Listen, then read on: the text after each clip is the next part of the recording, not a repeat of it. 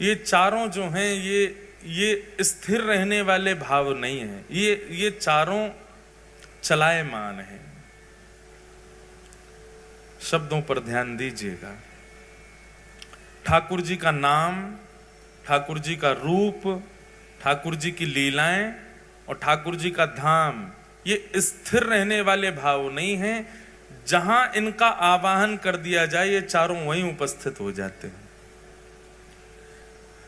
इस बात को आप पूर्णतया सत्य मानिएगा, किंचित भी कोई संकोच ना कीजिएगा, किंचित भी प्रकार का संशय मत कीजिएगा इस बात पर कि इस सभागृह में हम 4 दिन से बैठे थे, तो हमारे जीवन के ये 4 दिन जब चित्रकेतु फाइल दिखाएंगे ना, तो ये 4 दिन वही लिखे होंगे कि कहां थे ये, बोले जगन्नाथपुरी में थे, श्री जगन्नाथ जी में थे।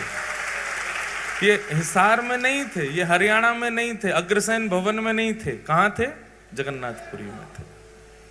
आपने पिछले 3 दिन में अगर एक आध मिस कॉल ना उठाई हो, उसको दोबारा फोन लगाओ, वो पूछे कहां थे यार, फोन मिला, तो कह देना जगन्नाथपुरी में थे। ये विश्वास चित्त में धारण करो। ठाकुर जी का नाम, ठाकुर जी का रूप, ठाकुर जी की लीला और ठाकुर जी का धाम,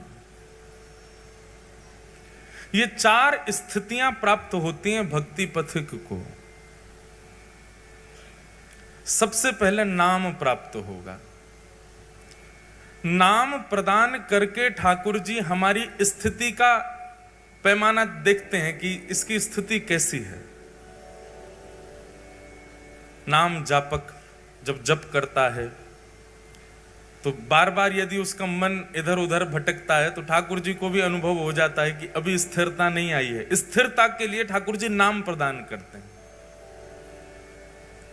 नाम के बाद में हमारे जीवन में आती है लीला। लीला यानी कि कथा। आप वैष्णव जनों से, कथा प्रवक्ताओं से, भगवान की लीला सुनाने वालों से ठाकुर जी की लीला कथा श्रवण करते हैं, तो लीला कथा श्रवण करते ही क्या होता है, नाम जो, अब देखो सब कड़ियां जुड़ी हुई हैं। नाम में अगर स्थिरता ना आ रही हो, बहुत विचलित हो रहा हो मन, नाम में बार बार आपके नेत्रबंद करते ही, नाम जप करते ही कुछ वो भाव आते हैं चित्त में जो नहीं आने चाहिए, तो फिर कथा को जोड़ो, लीला को जोड़ो। नाम जप की एक विधि बताएं। कोई भी एक लीला सुन करके या लीला पढ़ करके उस लीला का चिंतन करते हुए नाम जप करो। जैसे मानो आपने श्री ठाकुर जी की मान लीला को पढ़ा, अब मान लीला में श्री जी बैठी हैं और ठाकुर जी उनको मना रहे हैं। ठाकुर जी कभी मोर बन करके आ रहे हैं, ठाकुर जी कभी कुछ व्यंजन बना करके पवा रहे हैं, ठाकुर जी कभी कभी नृत्य करके दिखा रहे हैं, कभी गा के दिखा रहे हैं, कभी वंशी बजा के रिझा रहे हैं श्री जी को, और श्री जी नहीं मान रही है। एक मान लीला सुना है, बहुत सुंदर लीला है मान लीला, पद मिल जाए तो और आनंद आ जाएगा। एक बार श्री ठाकुर जी श्री जी के पास गए, और जैसे श्री जी के पास गए तो मान लीला कैसी होती पता आपको ठाकुर जी की? बैठे बैठे दोनों लीला करते करते अचानक से श्री जी कहती है मन ना है लग रो, श्याम सुंदर मन ना है लग रो। ठाकुर जी कहें तो क्या करें बताओ? बोले कछु करो, मन ना है लग रो। तब ठाकुर जी कहते हैं अच्छा श्री जी मान लीला करें? बोले हाँ मान लीला करो। चलो तो ठीक है मैं मनाऊंगा, आप नाराज हो जाओ। कोई बात नहीं है नाराज होने की, कछु कियो नहीं है ठाकुर जी ने, जबरदस्ती आप रूठ जाओ। तब श्री जी रूठ जाती हैं, फिर ठाकुर जी उनको मना रहे हैं। ऐसी मान लीला, मान लीला का कोई कारण नहीं है, केवल दोनों के सुख के लिए मान लीला होती है। तो एक बार ठाकुर जी कुंज में जैसे ही आए, तो कुंज में आते ही श्री जी ने ठाकुर जी को देखो और देखते ही मान प्रारंभ कर दियो। श्री जी तो उदास है कि रूठ के मुंह फेर के बैठ गए। ठाकुर जी बोले श्री जी कहा बात है, आप इतनी उदास काहे को है रही हो? प्यारी जो की बहुत सुंदर पद है, अभी पूरा पद मिल जाए तो बहुत बड़ी बात मानो। एक तो हमारे पद इतने ज्यादा हो गए कि मिलते ही नहीं है, कहाँ लिखे कौन से। प्यारी जू की सहज अटपटी बोलनी, प्यारी जू की सहज अटपटी बोलनी, प्यारी जू की सहज अटपटी बोलनी, प्यारी जू की सहज अटपटी बोलनी।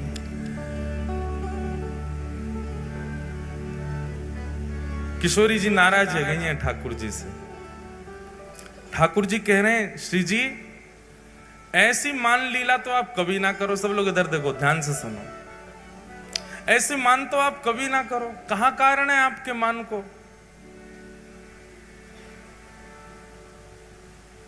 तब श्री जी कह रही हैं, वो मुझे थोड़ा थोड़ा याद है पद। मोहूते रूप गुण सुंदर, मोहूते रूप गुण कहाँ पाई बिन मोलनी, प्यारी जू की कहाँ पाई। श्री जी कह रही हैं मोसऊ ज्यादा सुंदर, मोसऊ ज्यादा प्यारी, मोतेऊ ज्यादा रूप में अद्भुत ये गोपी तुमने कहां पाई है? ठाकुर जी बोले कौन सी गोपी? मेरे संग तो श्री जी कोई भी ना है, मैं तो अकेला आया हूं, और आपसे ज्यादा सुंदर कौन है सके ब्रह्मांड में? कहां देख ली, कहां मिल गई? श्री जी तो रूठ के बैठ गई, मैं ना बता रही कहां मिली, अब ना बताऊंगी। ठाकुर जी कहने जी कोई बात है? अरे नहीं बताओ तो सही, क्या बात है आप नाराज है रही हो? कौन सी गोपी कहां देख ली आपने?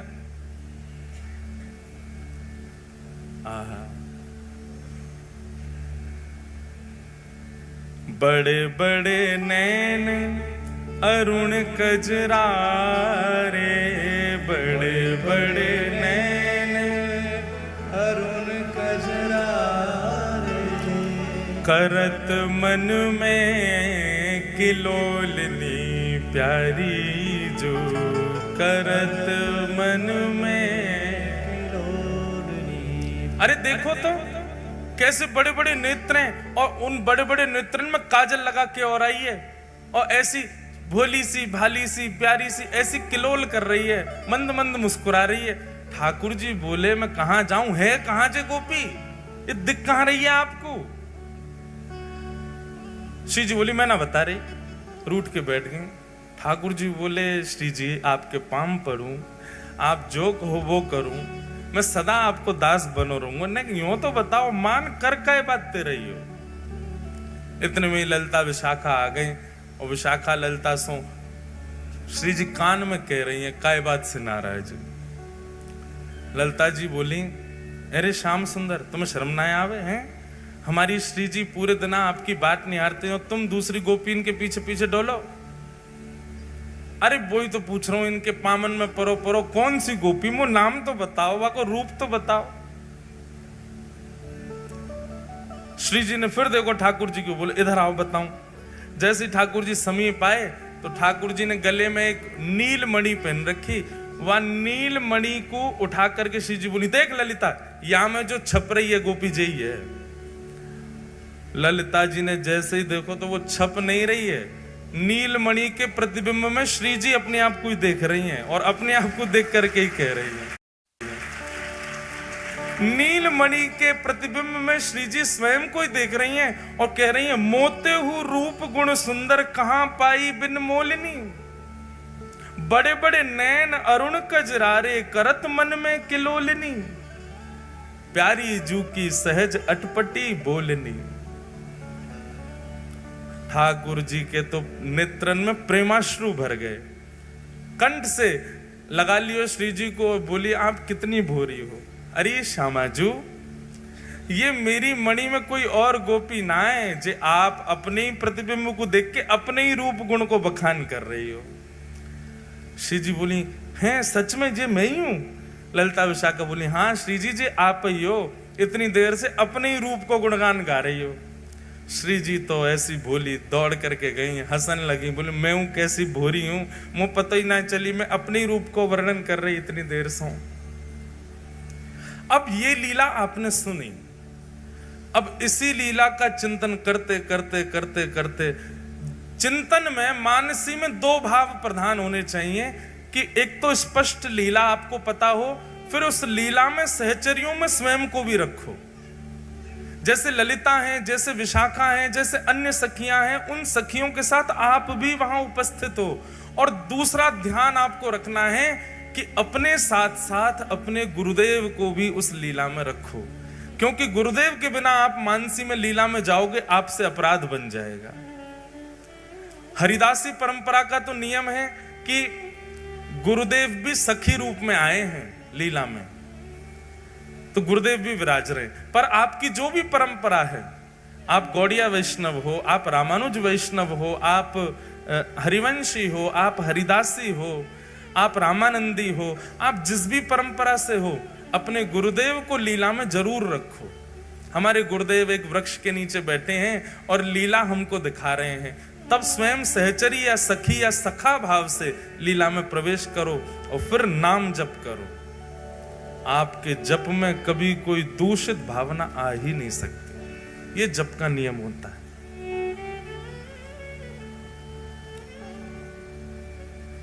ये उस जप की विधा है जिस जप में आपको भगवत लीला का अनुभव करना है। आप याद करेंगे एक दिन हमको, कुछ दिन के बाद आपको वो लीला दिखने लग जाएगी जो लीला कहीं वर्णित नहीं है, जिसका कहीं उल्लेख नहीं है। छोटे छोटे बच्चे आते हैं कथा में और लीलाएं बता बता करके जाते हैं। एक बालक ने कथा सुनते सुनते लीला का दर्शन किया। कैसी लीला का दर्शन किया? बोले महाराज जी, ठाकुर जी रोज मिलते हैं श्री जी से। मैंने कहा, और रात्रि में मिलते हैं अधिकतर। मैंने कहा, तो श्री जी को तो बड़ी दिक्कत होती होगी। मैंने कहा क्यों? बोले ठाकुर जी कारे कारे और अंधेरे में मिलवे जामे। तो ठाकुर जी तो अंतर ध्यान ही रहते होंगे, श्री जी को ढूंढने पड़ते होंगे। श्याम सुंदर ने हंस जाओ तो दांतन से पता चले कहां हो। अब बात तो अच्छी लगी और फिर बोली कि महाराज जी अमावस्या पे क्या होता होगा?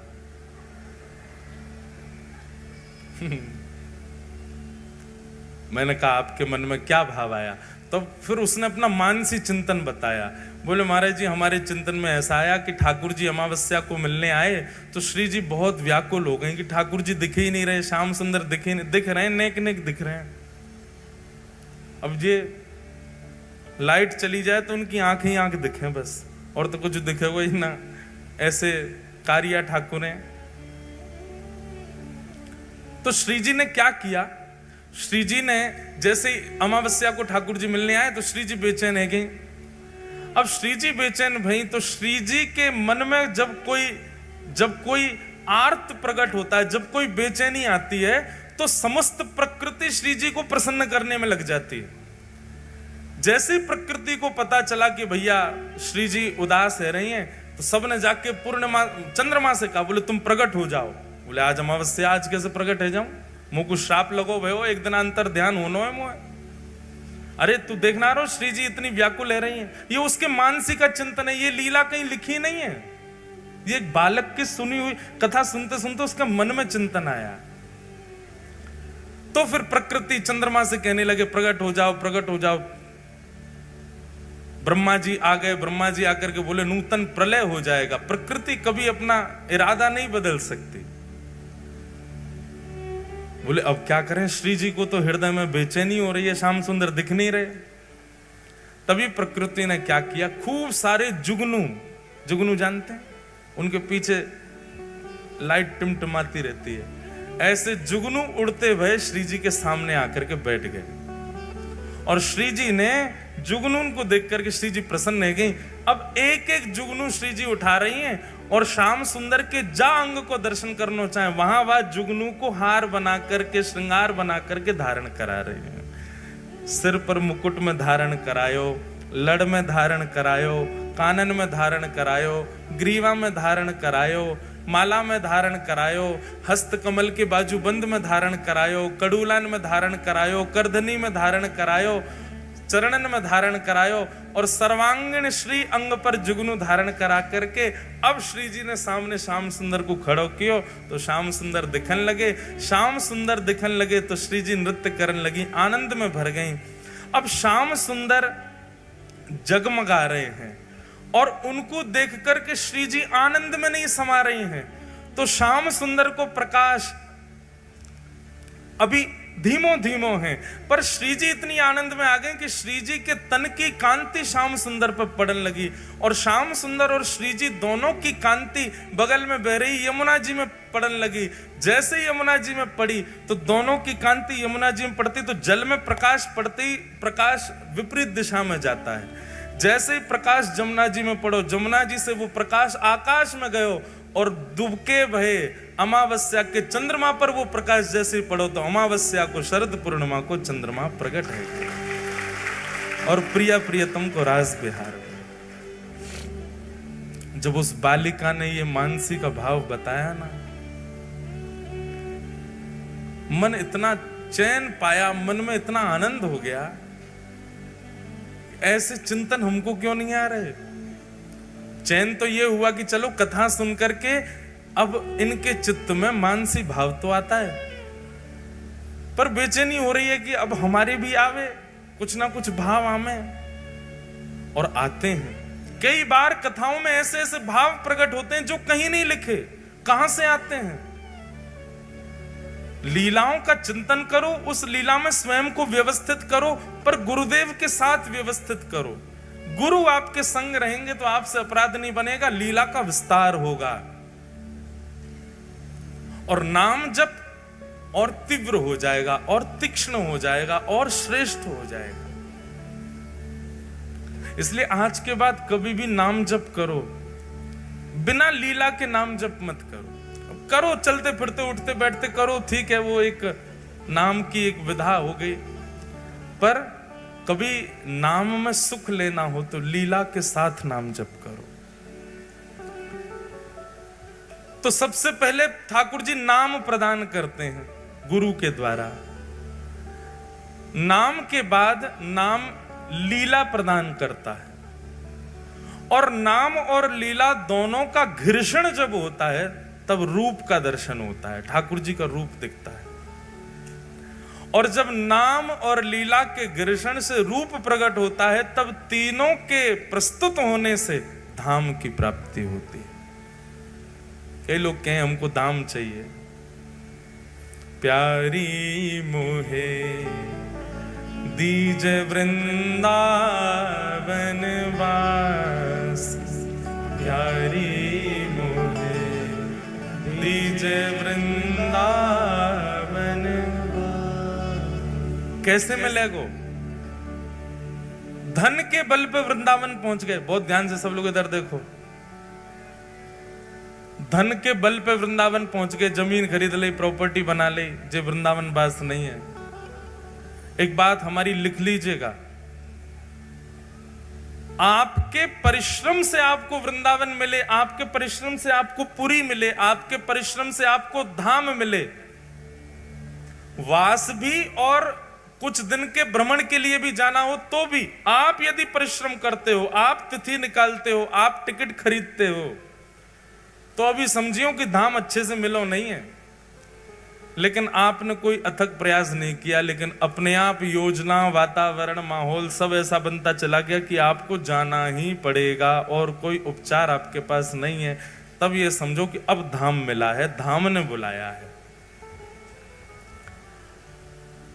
आप प्रयास कर रहे हैं तो समझो भी धाम नहीं मिलो, लेकिन धाम प्रयास करे आपको बुलाने का, तब समझो। और धाम कब प्रयास करेगा? जब नाम, लीला और रूप ये तीनों आपके चित्त में विद्यमान हो जाए, तब धाम की प्राप्ति। तो यहां हम लोग क्या कर रहे हैं? पिछले 3 दिन से श्री जगन्नाथ जी को नाम गा रहे हैं, श्री जगन्नाथ जी की लीला सुन रहे हैं और श्री जगन्नाथ जी को रूप देख रहे हैं। तो निश्चित है कि हिसार जगन्नाथपुरी बन ही गयो, 4 दिना के लिए धाम आ गयो। यही बात हम बताना चाह रहे हैं कि आपके ये जो 4 दिन और हमारे जो 4 दिन है, बिना उड़ीसा पहुंचे, बिना उत्कल में प्रवेश किए, बिना पैसा खर्च किए, हिसार में बैठे बैठे हमको जगन्नाथ धाम की यात्रा है गई है। बोलो जगन्नाथ महाप्रभु की। नाम रूप लीला और धाम। महाप्रभु श्री जगन्नाथ जी ने खूब अनुग्रह कियो। आज चतुर्थ दिवस विश्राम दिवस है। शाम को बधाई उत्सव भी है 6 बजे से। आप सब लोग बधाई उत्सव में जरूर पधारना। हमारे दिव्यदास भैया खूब आनंद कराएंगे। कहाँ गए? अच्छा वो बैठे, अंतर ध्यान है गए। शाम को कल श्री गिरधर लाल जी रथ में विराजमान भये और रथ विराजमान है करके रथोत्सव भी भयो। आज बधाई उत्सव होगा और प्रार्थना तो हमने भी गिरधर लाल जी से की है। हमारे सब निताई गौर परिवार का भी बहुत भाव है अगले वर्ष के लिए। अब जैसी गिरधर लाल जी की इच्छा होगी, अगले वर्ष का क्रम बन पाया तो जरूर हिसार पुनः आएंगे। और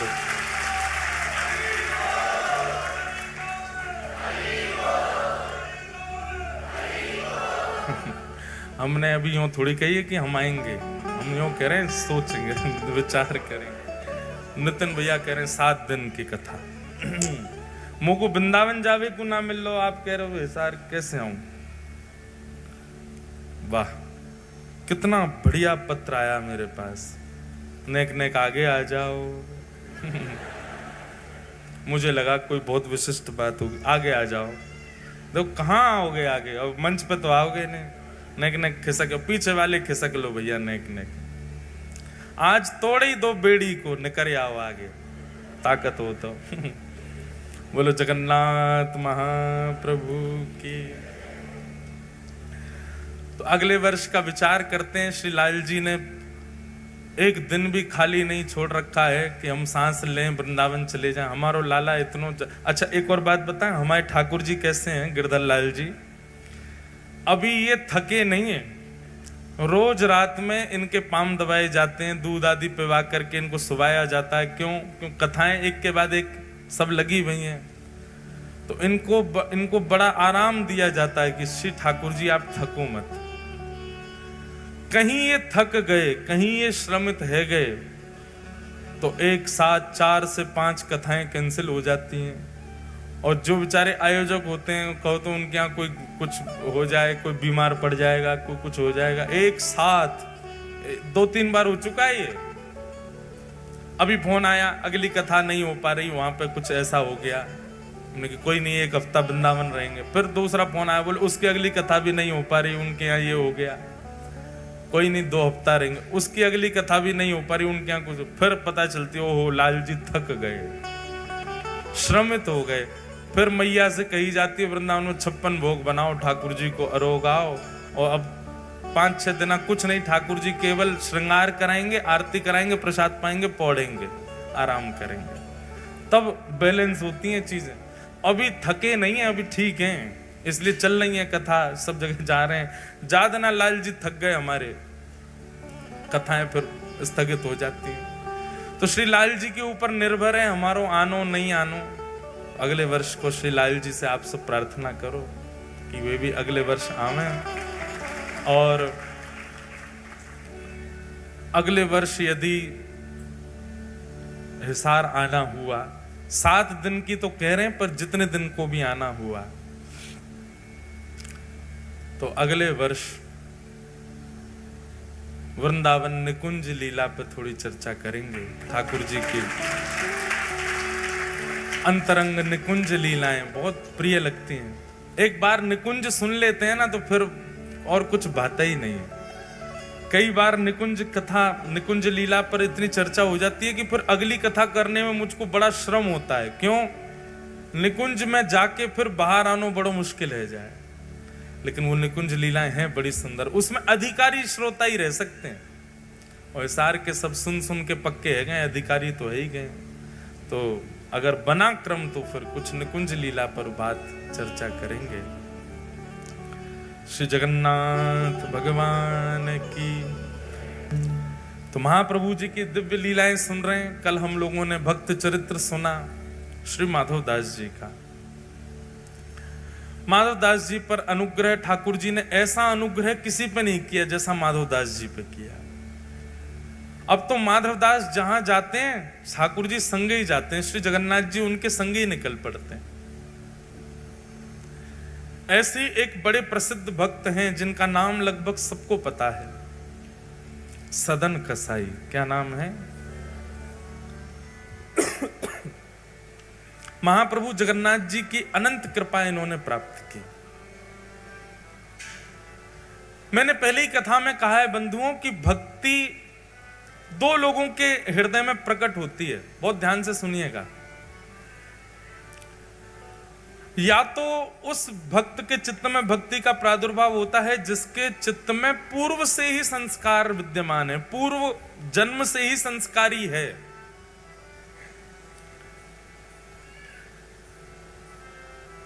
और ऐसे व्यक्ति को ज्यादा सिखाना नहीं पड़ता। पूर्व जन्म के संस्कार ही इतने सुदृढ़ होते हैं कि वो इस जन्म में बाल्यकाल से ही भक्ति मार्ग में आ जाता है। अच्छा, एक बात और आपने सबने अनुभव की होगी कि बाल्यकाल में भक्ति बड़ी प्रगाढ़ होती है। छोटे छोटे बच्चों को लीला बहुत अच्छी लगती है, छोटे बच्चों को ठाकुर जी की सेवा बहुत अच्छी लगती है, छोटे बच्चों को कीर्तन बहुत बढ़िया लगता है। पर जैसे ही वो 15-16 वर्ष के होते हैं फिर क्या हो जाता है उनको, फिर अचानक से एक परिवर्तन उनके चित्त में आ जाता है। वास्तव में हमारे पूर्व के संस्कार वो दिखने ही शुरू होते हैं 12-13 वर्ष के बाद। शास्त्रों में भी 12 वर्ष तक के बालकों के द्वारा किया गया अपराध अपराध नहीं माना जाता। 12 वर्ष का बालक भी अगर कुछ करे तो उसको पाप में नहीं गिना जाता। तो हमारे संस्कार जो पूर्व जन्म के हैं वो प्रकट होने ही प्रारंभ उसके बाद में होते हैं। इसलिए अचानक से परिवर्तन दिखता है कि बालक अचानक से फिर बिल्कुल विमुख हो जाता है ठाकुर जी के। तो भक्ति के जो बीज अंकुरित होते हैं वो दो ही प्रकार के लोगों के चित्त में होते हैं, या तो पूर्व के संस्कार जिसके चित्त में हो, या फिर घोर नास्तिक हो और अचानक कोई जीवन में ठोकर लगी और बदल गया। सदन कसाई जो हैं इनके पूर्व के संस्कार बड़े सुदृढ़ हैं। भले ही कसाई थे लेकिन जब मांस तोलते थे ना तराजू पे तो भी हरि चिंतन करते हुए तोलते थे। और सबको पता है, प्रसिद्ध है कि वो एक जगह बाट नहीं रखते थे, पत्थर रखते थे। उन पत्थरों में गलती से शालिग्राम भगवान थे, शालिग्राम भगवान से ही तोलते थे मांस को।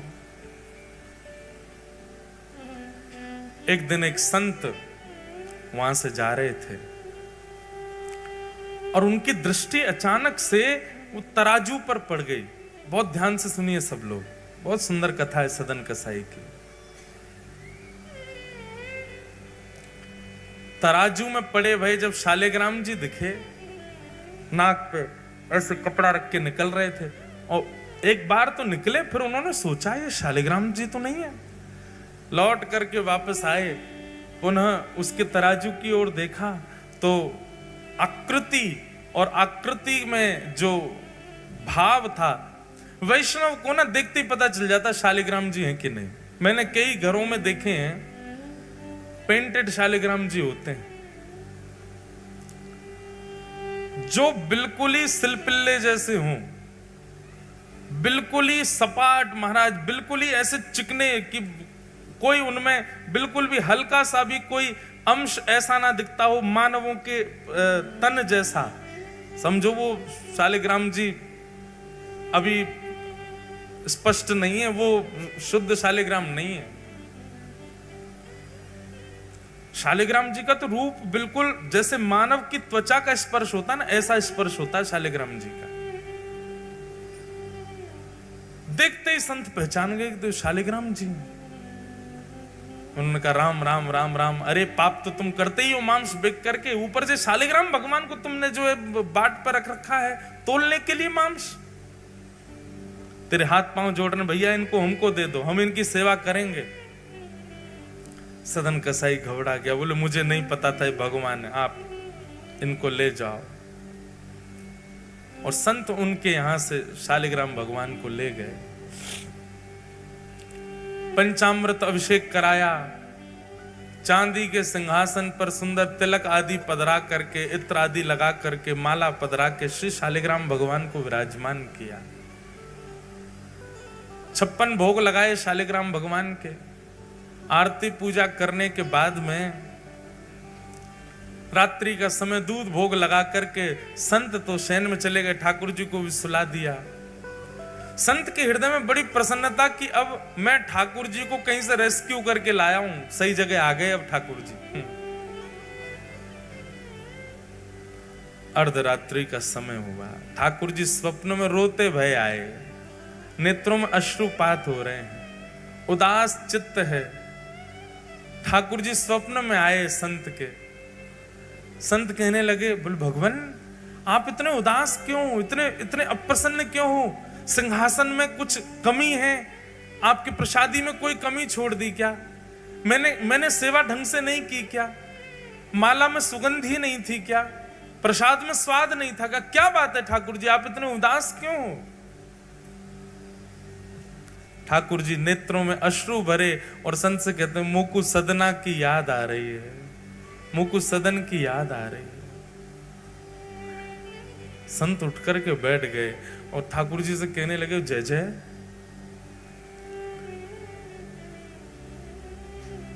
उस कसाई की याद आ रही है आपको?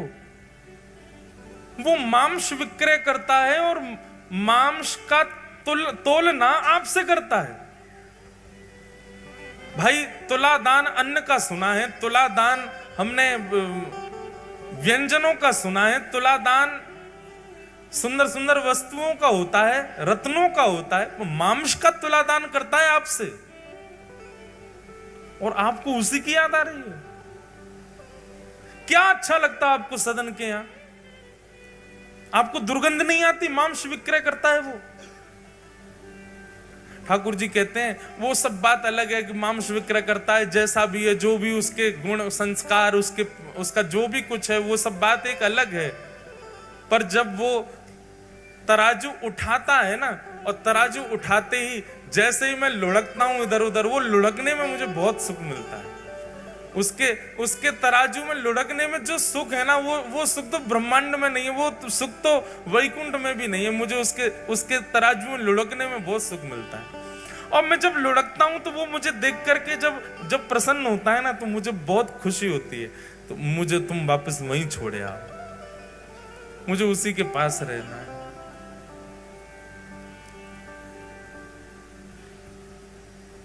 सो ही सुहागन प्रिय जाहिरी जय, कैसा तेरा मेरा। भैया ठाकुर जी आपके नहीं है, ठाकुर जी मेरे नहीं है, ठाकुर जी उसके हैं जिससे ठाकुर जी रीझे भय उसके। ये बात सत्य है। मैं खूब कहता हूं कथाओं में कि आपके घर में सेवा विराज रही है, आप अपने ठाकुर जी को खूब भाव से सजाते हो, और दर्शनार्थी घर में कोई आते ठाकुर जी को देख करके प्रसन्न होकर के कहे, आपके ठाकुर जी बड़े सुंदर है, आपकी सेवा बहुत सुंदर है।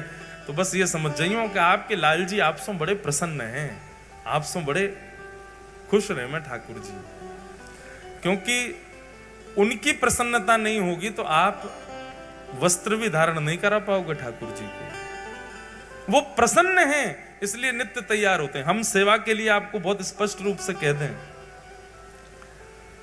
कईयों के यहां सेवा का दर्शन करके मन बहुत उदास भी हो जाता है। ना तो वो पोशाक ढंग से डरा पाते, ना वो ठाकुर जी को नीलामे धुलामे, ना महाराज कारे पड़ गए ठाकुर जी के, मैल जम गो पूरे शरीर में। ऐसे ठाकुर जी को देख के फिर मन होता तो है कि कुछ कह दें, भैया इनको करो ढंग से। पर फिर मन में एक बात आती है कि भाई जे सेवा कर रहे हो ठाकुर जी करवा रहे, हम क्यों बीच की भुआ बने? ठाकुर जी को यहां नावे को मन ही नहीं करते होगो, ठाकुर जी कहते होंगे नहावे के काज दुनिया पड़ी है, सब नहा ही रहे हैं, मैं यहां ना रहो। कभी कभी ऐसा, क्योंकि एक बार जगन्नाथपुरी की लीला है। श्री जगन्नाथ जी में उड़िया भक्तों की सेवा तो आज भी देख लो आप जाकर के, तो महाराज यूं कहोगे जय हो, ये तो धन्य है। हमारे साथ 2-3 बालक जगन्नाथपुरी के रहते हैं, वो तो बताते हैं, वो तो उड़िया भाषा में भी बताते हैं कि जब जगन्नाथ जी को लेकर के रथ की ओर जाते हैं, पहुंडी यात्रा जो ठाकुर जी की सिड्डी से कूद कूद के आते हैं, ठाकुर जी इतने भारी हैं कई बार खिंचे नहीं हैं, तो सारे पंडा पुजारी खड़े है करके ठाकुर जी को गारी दें, फिर खाए खाए के भात है गयो मोटो, उठ नहीं रहो अब हमसे। अब वो उड़िया में देते हैं अपनी में, तो ठाकुर जी को ने गारी दी जाए, फिर कहीं अब की खींच रहे नहीं तो धक्का दे देंगे यहीं पे, सो ठाकुर जी उछलने लगते हैं, कूद कूद के फिर आते हैं। खूब आनंद होता है। सब हमारे ब्रज में खूब गारी दें ठाकुर जी को, ब्रजवासी दे सके, हिसार वारे जाके गारी मत दिया ही हो ठाकुर जी है। महाराज यमराज आ जाएगा भैंसा बैठ के, कहते ठाकुर जी गारी दे, तो ब्रजवासी की बात अलग है, ठाकुर जी खेले उनके संग। कई बार कई पद भी होते हैं तो वो मैं गाता हूं, तो मैं सबसे कहता हूं मैं भैया मैं मेरे सामने गाय ली हूं, तो ब्रजवासी की उपस्थिति में गाय ली हूं, अनुपस्थिति ब्रजवासी की हो तो मत गई हूं। सबको अधिकार नहीं, तो स्थान तीर्थ के लोगों को अधिकार अधिक मिल जाता है ठाकुर जी के सामीप्य का। तो पंडा पुजारियों की सेवा महाराज आनंद की सेवा है वहां तो जगन्नाथपुरी में। श्रीमद रामानुजाचार्य जी महाराज जी को जब ये बात पता चली कि यहां पंडा पुजारी ऐसे सेवा करते हैं ठाकुर जी की, मंत्र मंत्र भी शुद्ध नहीं बोलते हैं, ऐसे कुछ भी पधरा देते हैं और कभी भी ठाकुर जी को सुला देते हैं। जगन्नाथ जी का शयन का समय निश्चित नहीं है, कभी भी सोते हैं और कभी भी उठ जाते हैं। उठने का फिर भी निश्चित है, 4-5 बजे उठ जाते हैं, पर सोने कभी कभी तो 1 बजे भी शयन आरती होती ठाकुर जी की, 2 ही घंटा सोते हैं।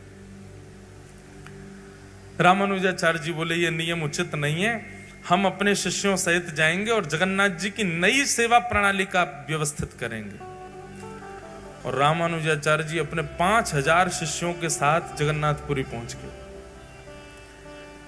और वहां भीतर पहुंच के सब पंडा पुजारी बाहर कर दिए, तुम लोग बाहर जाओ, अब सेवा हम करेंगे ठाकुर जी की। आचार्य की बात पंडा पुजारी कैसे टाल सकते, बेचारे सब बाहर हो गए, कपाट बंद कर दिए जगन्नाथ जी के, बोले अब केवल शुद्ध तरीके से सेवा होगी। पूरा मंदिर धोया, ठाकुर जी का पंचामृत अभिषेक किया। जगन्नाथ जी बेचारे ठिठर गए, बोले कि ओहो कितनों नवाई दियो मुझे। आपको पता जगन्नाथ जी स्नान कैसे करते हैं? श्री जगन्नाथ भगवान के सामने विशाल शीशा रखा जाता है, और जब शीशा में जगन्नाथ जी स्वयं को देखते हैं, शीशा में पानी डाला जाता है, हरि हरि बोलो, नाली है जगन्नाथ। जगन्नाथ जी वही में खुश है, वाह प्रतिबिंब कोई नवाओ। साल में एक बार स्नान पूर्णिमा पर नहाते हैं तो महाराज बुखार आ जाता है इनको, इनके प्रतिबिंब स्नान करते हैं शीशा में ठाकुर जी को प्रतिबिंब। आप लोग भी प्रतिबिंब को नवा के चले जाए करो कहीं, स्नान है क्यों? हमारे लिए सारे नियम है, ठाकुर जी के लिए नहीं है कोई नियम। रामानुजाचार्य जी ने तो विधि से सेवा प्रारंभ कर दी, रोज स्नान होगा, रोज ये प्रसादी बनेगी, रोज ये इतने बजे कपाट बंद होंगे, इतने बजे खुल जाएंगे, ये वेद मंत्र सुनाए जाएंगे, ये पाठ सुनाया जाएगा। 5 दिन में जगन्नाथ जी सूख गए, पतरे से है गए।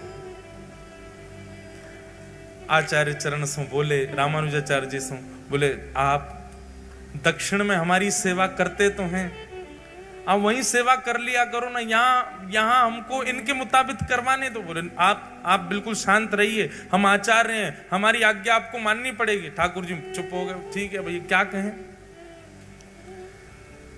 लेकिन बाहर खड़े सब पंडा पुजारियों को ठाकुर जी को बड़ी याद, ठाकुर जी को याद आ रही है। रात्रि कपाट बंद हुए, बलभद्र सुभद्रा जी से ठाकुर जी बात करने लगे, मुंह को तो बहुत याद आ रही है। ये सब उड़िया वैष्णव मेरे सामने मटक मटक करके हरि हरि बोल के जैसे नाचते हैं, मुझे बहुत सुख मिलता है।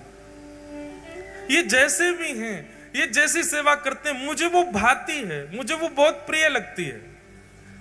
मैं कब कह रहा हूं कि भाई वेद जन्य या शास्त्र जन्य सेवा मत करो, पर यहां पर मैं भाव की सेवा से प्रसन्न हूं। अब कैसे समझाऊं मैं आचार्य चरण को?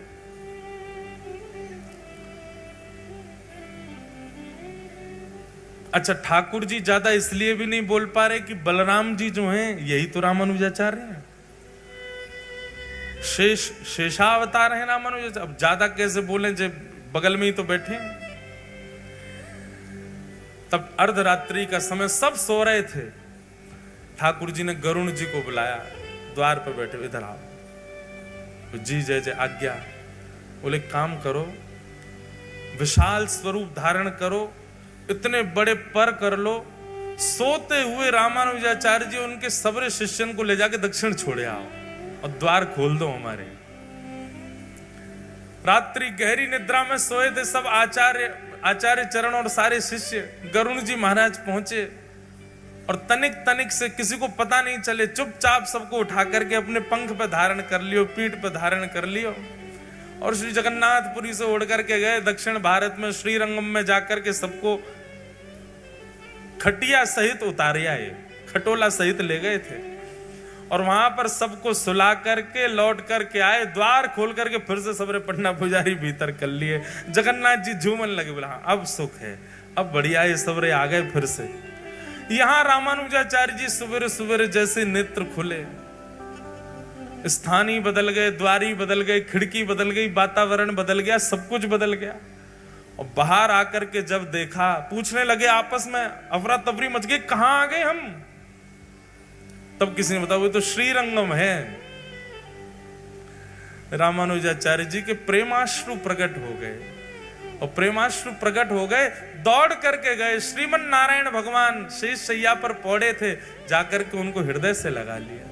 बोले नाथ, आपकी भक्त वत्सलता की बलि बलि जाएं, आपके इस प्रेम के हम वारी वारी जाते हैं।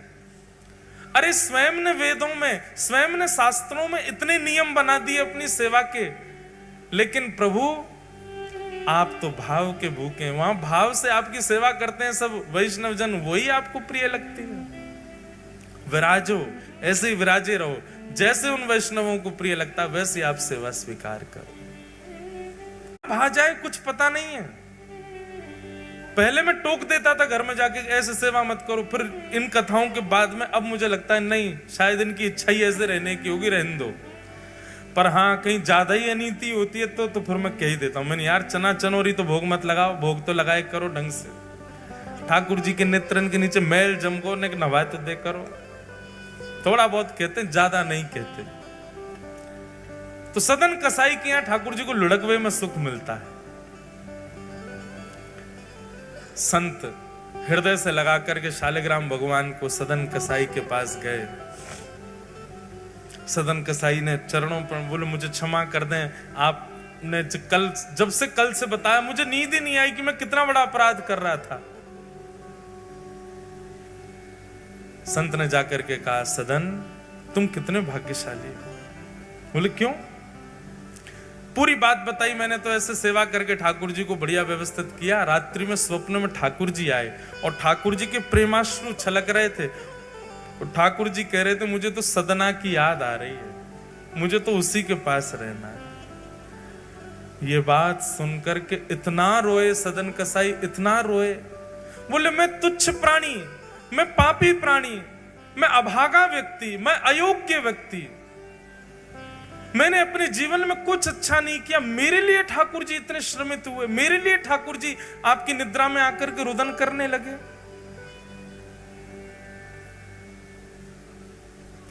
सदन कसाई ने उसी क्षण अपनी दुकान आदि तो सब बंद कर दी, बेग बाग दी, सारा काम छोड़ दिया। बोले कि अब शेष जीवन जिस प्रकार ठाकुर जी मेरे लिए विरह आतुर हुए, अब मैं ठाकुर जी के लिए विरह आतुर हूंगा। ठाकुर जी को मेरे लिए विरह सहना पड़ा और विरह में अपना जीवन व्यतीत करने लगे सदन कसाई। कथाएं सुनते, नित्य श्रवण करते, कहां है नाथ, कैसे हैं नाथ, बस उसी विरह में रहते।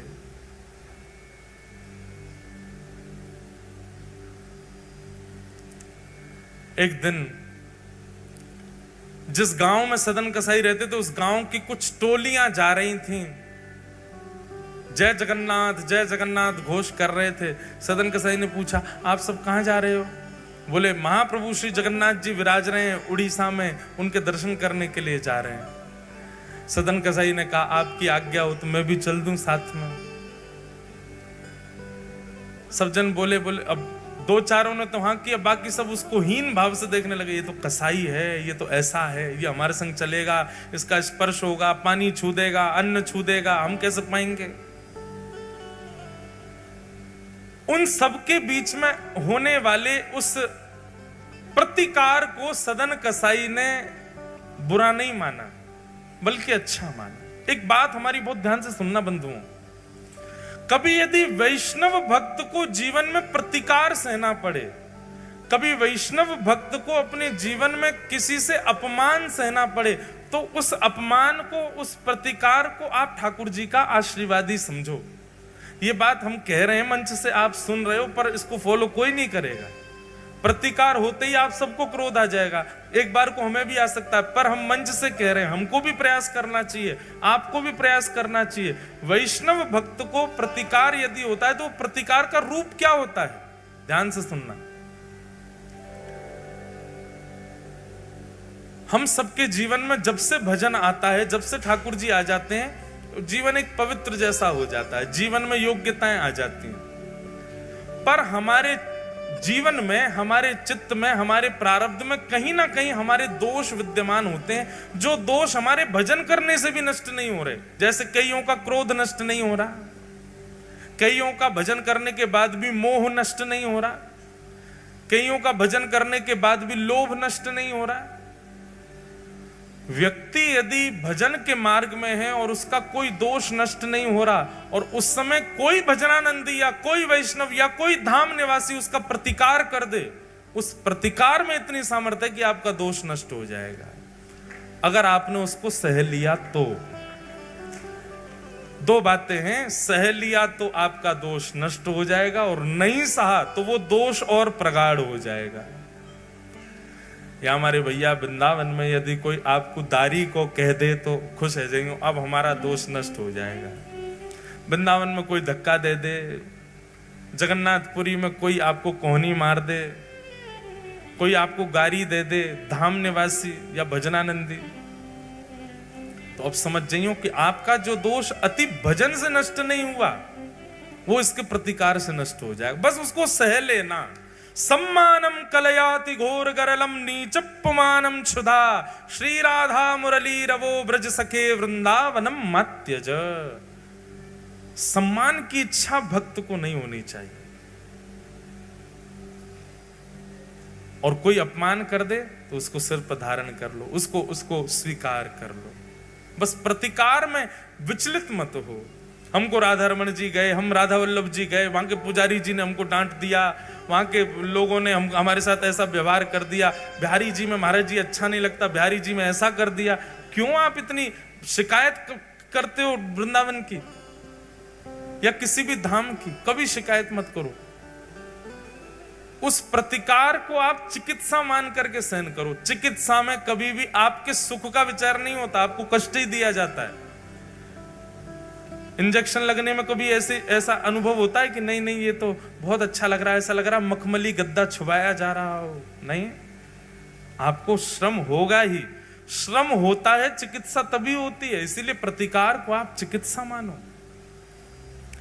सदन कसाई ने मन में विचार किया कि ये सब मेरा प्रतिकार कर रहे हैं, सब मेरी निंदा कर रहे हैं, इससे मेरे दोष ही नष्ट होंगे। मैं जगन्नाथ जी के पास जाने लायक नहीं हूं, पर ये मेरा अपमान करके मेरे दोषों को नष्ट कर रहे हैं ताकि मैं उनके योग्य बन जाऊं। ऐसी भावना।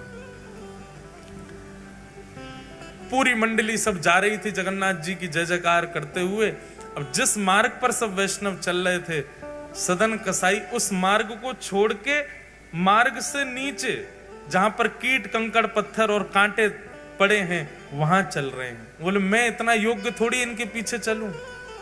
अपना मार्ग बदल करके चलने लगे। और ज्यों ज्यों जगन्नाथ जी के समीप जा रहे हैं त्यों त्यों आनंद में भरते जा रहे हैं, त्यों त्यों नेत्रों से आंसू निकल रहे हैं। कैसे होंगे जगन्नाथ जी? मैंने सुना है उनकी भुजाएं नहीं है, मैंने सुना है उनके चरण कमल का दर्शन नहीं, मैंने सुना बड़ी बड़ी आंखें हैं, कैसा अधरामृत है, कैसा सुंदर मुखमंडल है। सबका विचार चिंतन करते हुए श्री सदन कसाई जी जा रहे हैं।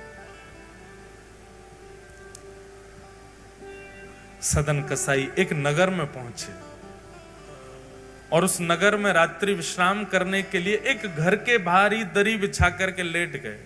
बहुत ध्यानपूर्वक सुनना। उस घर के भीतर एक परम सुंदरी महिला रहती थी और सदन कसाई का रूप भी बहुत सुंदर था।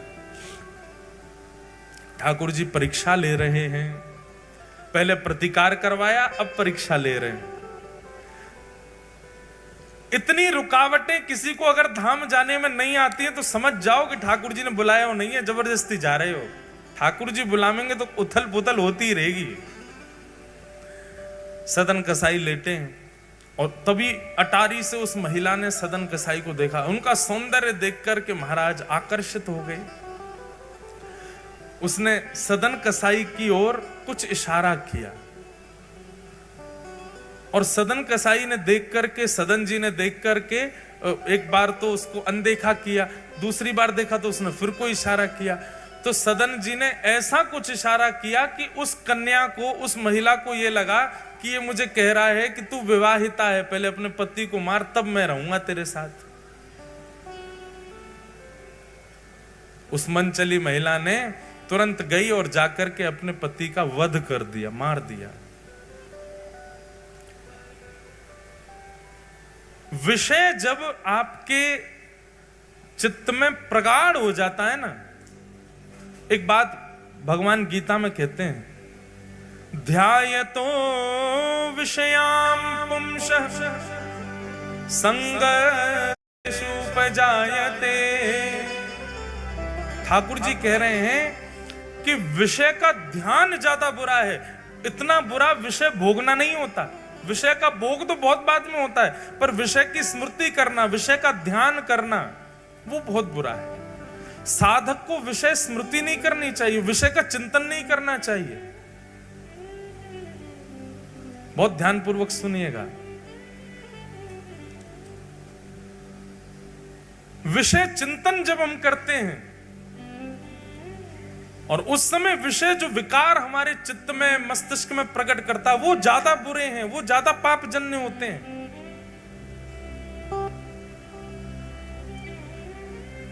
महिला के चित्त में वो विषय उत्पन्न हुआ, उसने अपने पति का वध कर दिया और वध करके बाहर आई और सदन कसाई से कहने लगी, तुम्हारी आज्ञा मान करके मैंने अपने पति को मार दिया। सब लोग इधर देखो, सावधानी से कथा श्रवण करो। महिला गई और सदन कसाई से बोली, तुम्हारे कहने पे मैंने अपने पति को मार दिया, अब तुम मेरे साथ रहो। सदन कसाई बोले, मैंने तुमसे कब कहा कि अपना पति मार दो? अच्छा, तुमने मुझे इशारा नहीं किया था? तुम्हारे लिए मैंने अपने पातिव्रत धर्म को तोड़ दिया, अपने पति को मार दिया। मैंने इसलिए मारा क्योंकि तुम संग रहोगे, तुम मुझसे विवाह करोगे और तुमको मेरे संग रहना ही पड़ेगा, और तुम नहीं रहे तो पूरे नगर में हल्ला मचा दूंगी कि तुमने जानबूझ करके मेरे पति की हत्या करवा दी और फिर मेरा त्याग कर दिया।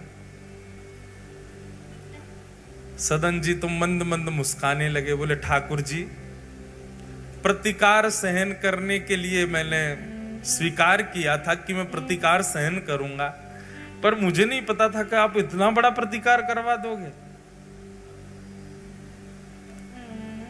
ठाकुर जी बहुत खेलते हैं बंधु। एक बात हमको याद आती है हमारे पंडित श्री गया प्रसाद जी महाराज की। हमारे भैया आए हैं गिरिराज जी से।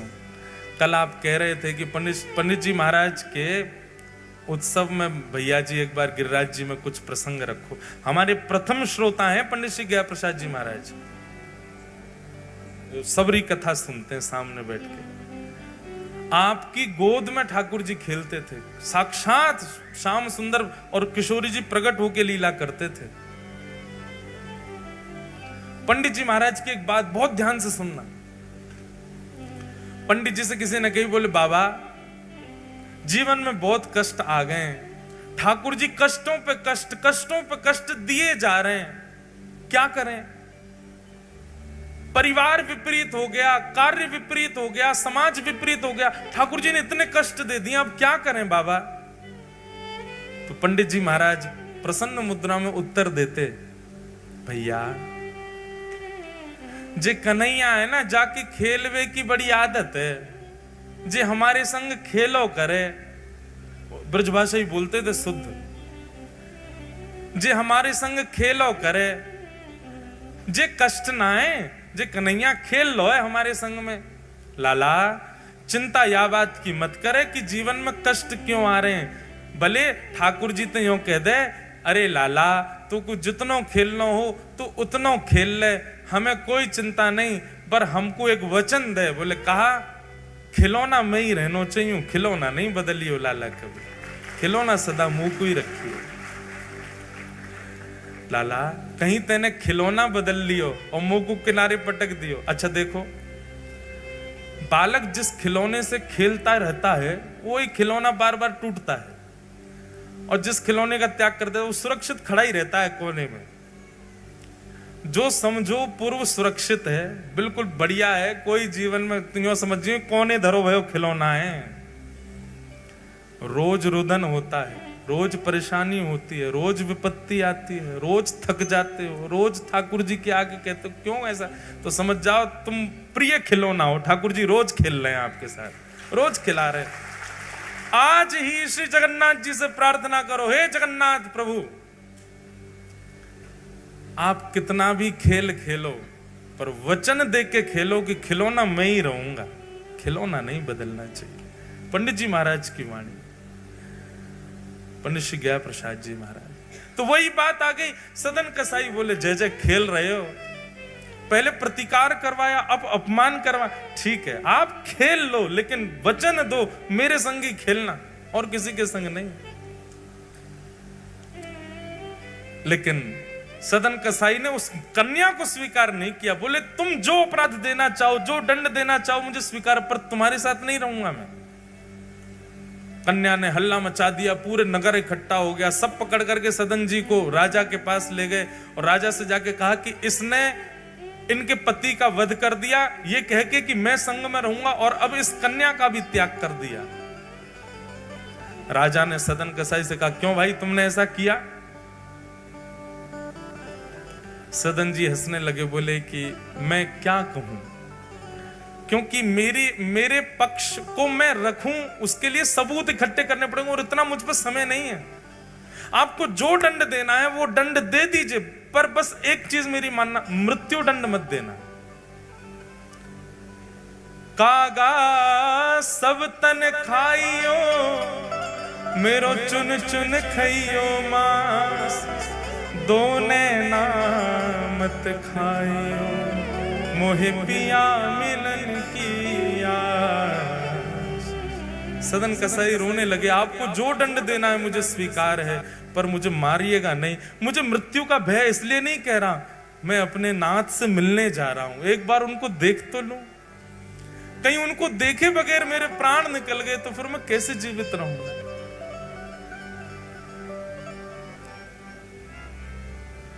मीराबाई का एक पद है, बहुत सुंदर पद है, मुझे बहुत प्रिय लगता है। कल रात्रि में भी मैं गा रहा था, कमरे में सब बैठे थे वैष्णव जन। कबहू मिले पिया मोरा गोविंद, कबहू मिले पिया मोरा गोविंद, कबहू मिले। नेत्र बंद करके शब्द सुन करके गाओ। मीराबाई का बहुत सुंदर पद है। ठाकुर जी से प्रार्थना कर रही है, कब मिलोगे आप मुझे? कब मिले पिया मोरा गोविंद, कब मिले पिया मोरा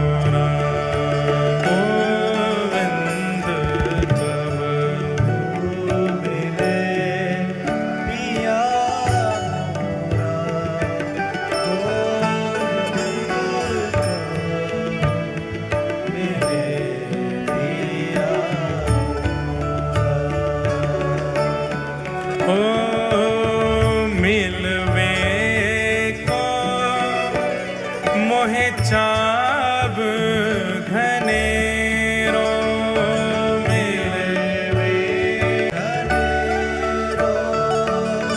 मिलवे को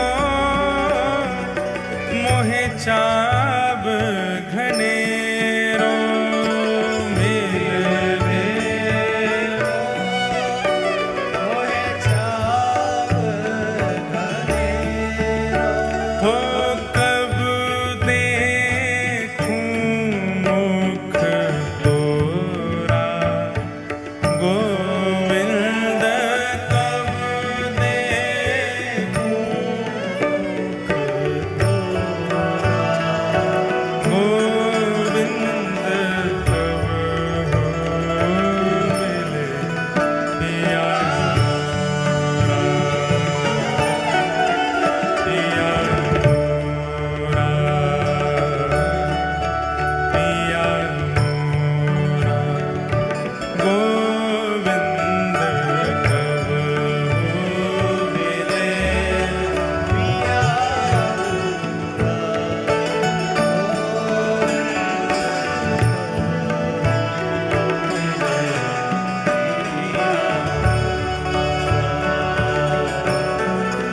पिया पिया गिरधर लाल प्यारे की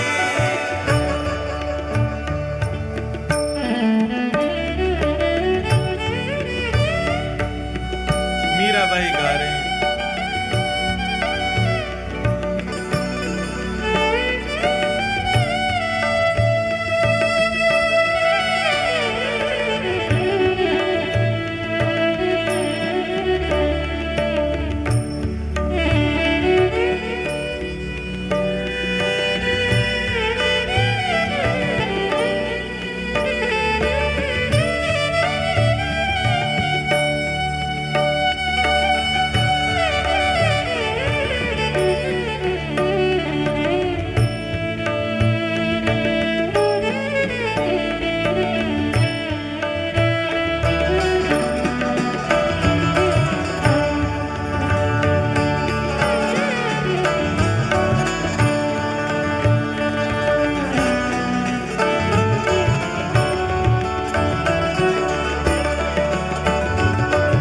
ये पंक्ति बहुत अच्छी लगती है मीराबाई की। व्याकुल प्राण धरे नहीं धीरज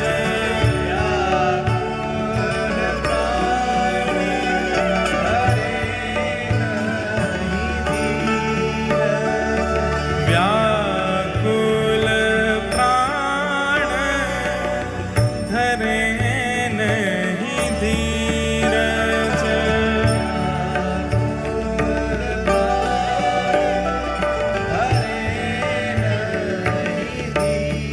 ओ मिल तू मीत सवेरा गोविंद मिल तू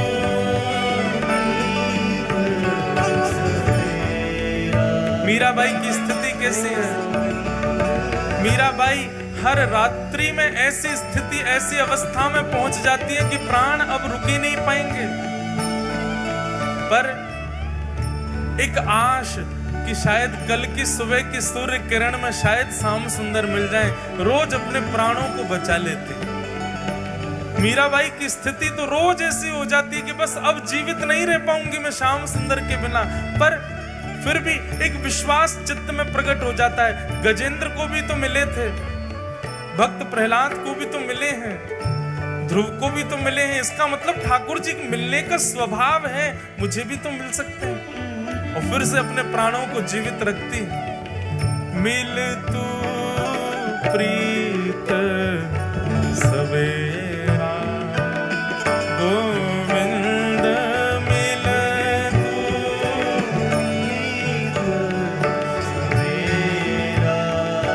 गोविंद कब हो मिले पिया मोरा पिया मोरा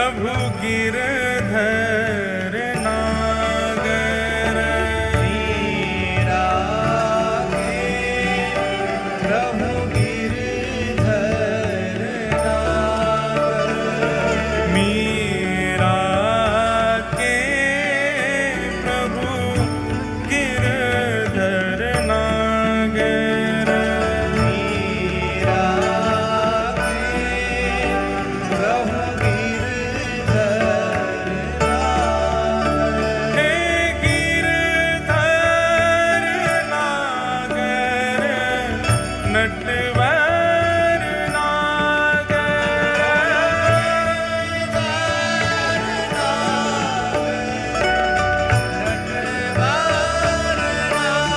प्यारे गिरधर नागर नटवर नागर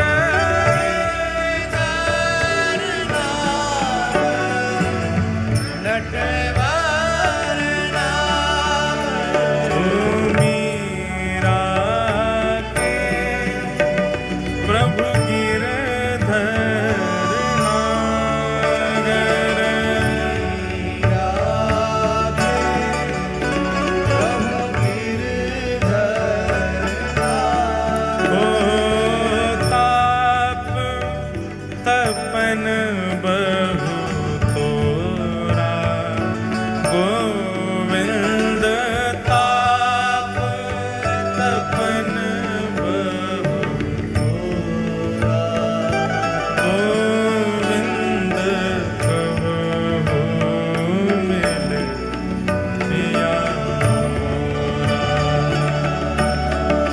पिया मोरा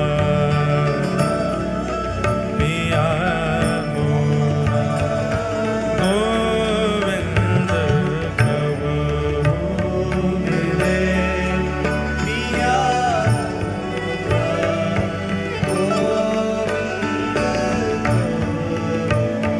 मेरे पिया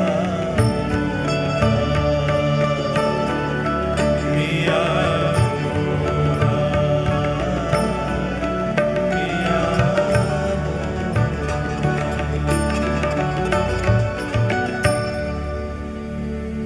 मीरा के प्रभु गिरधर ताप तपन बहु तोरा गोविंद कबहु मिले पिया। बंधुओं, वैसे मीराबाई जैसा विरह किसी भक्त ने नहीं सहा। मीराबाई की एक पंक्ति में गाता हूं, कथा में इतनी प्रिय लगती है कि मीराबाई का स्वभाव था, उनको जब ठाकुर जी की याद आती थी ना तो बाईसा पत्र लिखती थी ठाकुर जी को। वो पत्र जाना कहीं नहीं है, वो रखे रहते थे। जैसे कोई संत आके बाईसा को प्रणाम करते तो पूछते कहाँ जा रहे हो, तो कहते हम वृंदावन जा रहे हैं। सारे पत्र दे देती उनको, बोले जितने मंदिर हैं सब जगह एक एक पत्र चढ़ाया ना मेरा। संत अगर कभी मन में विचार करते कि इन पत्रों को खोल के पढ़ा जाए, इनमें क्या लिखा है, तो जब वो पत्र खोल के देखते थे तो अक्षर तो होते थे पर इतना जल पड़ा होता था उनके ऊपर कि वो सारे अक्षर ऐसे मिले जुले घुले हुए रहते थे। एक बार एक संत ने जाकर के मीराबाई से कहा, बोले कि मैंने तुम्हारे पत्र मंदिरों में दिए। वहां के मंदिर के सब पुजारी कहते हैं कैसे पत्र लाते हो, एक भी अक्षर समझ में तो आता नहीं है, ये पत्रों पर इतना पानी क्यों पड़ा होता है। मीराबाई कहते हैं वो पानी नहीं है तो पत्तियां मैं कैसे लिखूं, लिखी ही न जाए रे, पत्तियां मैं कैसे लिखूं, लिखी क्यों? बोले जब मैं लिखने बैठती हूँ मुझे इतनी याद आती है श्याम सुंदर की, गिरधर की, मेरे हाथ कांपते हैं, अक्षर में लिख नहीं पाती हूं। और कभी कभी हाथ पकड़ करके यदि अक्षर अंकित कर भी देती हूं तो इतने आंसू बहते हैं, इतने आंसू बहते हैं, जो लिखती हूं वो बह जाता है। कलम धरत मेरो कर कांपत है, कलम धरत मेरो कर कांपत है, और नीर रहे हैं बहाए, नीर रहे बहाए, पतियां मैं कैसे लिखूं, लिखी न जाए, पतियां मैं कैसे लिखी न जाए। ठाकुर जी बहुत खेलते हैं, और जाके संग खेले नहीं है समझो मिलेंगे भी ना वाको। सदन कसाई ने कहा कि राजन आप जो दंड देंगे मुझे स्वीकार है, बस मुझे मारिएगा नहीं, और मृत्यु दंड भी अगर देना हो तो मैं दर्शन करके लौट आऊं तब दे देना। राजा बोला तुम्हारी बात मानेंगे, तुमको मारेंगे नहीं, लेकिन दंड तुमको छोटा मोटा नहीं देंगे। बोले क्या करना है? बोले इनके हाथ काट दो दोनों। सदन कसाई को जैसे ही पता चला हाथ काटने, वो तो नाचने लगे। राजा बोला तुम नाच क्यों रहे हो? बोले मैं जिनसे मिलने जा रहा हूं उनके भी हाथ नहीं है, अच्छा है मेरे भी काट दो। मैं तो सोच ही रहा था कि मैं उनके समान कैसे बनूं, आपने बढ़िया जल्दी हाथ काटो।